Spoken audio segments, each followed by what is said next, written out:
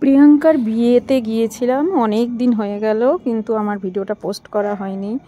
তো বিয়ের দিন ওর বাড়িতে গেলাম। এটা বিয়ের দিন নয়, সরি, এটা ওর মেহেন্দি দিন ছিল। দেখো, মেহেন্দি পরিয়া প্রিয়াঙ্কা দৌড়ে দৌড়ে উপরে উঠে গেল। এখানে মেহেন্দির একটা ব্যাকগ্রাউন্ড করা হয়েছিল, একটা অভিকার, একটা প্রিয়াঙ্কা।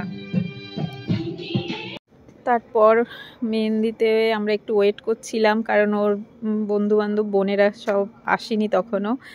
তো তারপর যখন ওরা সবাই এলো, সবাই মিলে আমরা একটু নাচ গান, মেহেন্দি পরা এইসব প্রোগ্রাম করলাম। তারপর আমরা রেডিও হয়ে যাচ্ছিলাম চলে আসবো বলে।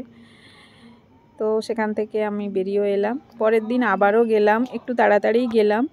তখন গিয়ে দেখি প্রিয়াঙ্কা বসেছে, ব্রাহ্মণ মশাই আছে। তখন নানা রকম বিয়ের নানা কাজকর্ম চলছে। এদিকে তত্ত্ব লোকজনও চলে এসছে, অনেক তত্ত্ব এসেছে দেখছি।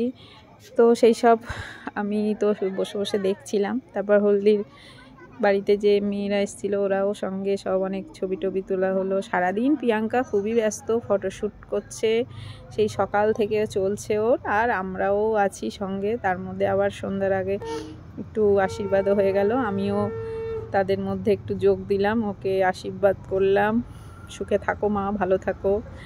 তো সবাই মিলে তখনও আবারও হলদির প্রোগ্রাম, বাপরে বাপ, আবার ফটোশ্যুট, আবারও সারাক্ষণ চলছে এইসব। অনেকটা সময় এখানেই চলে গেছে।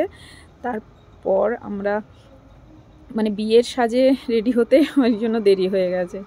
সন্ধ্যাবেলায় যখন সবাই রেডি, মেয়েও এসে গেছে, আমরা সবাই রেডি, আর প্রিয়াঙ্কাও কনের সাজে রেডি।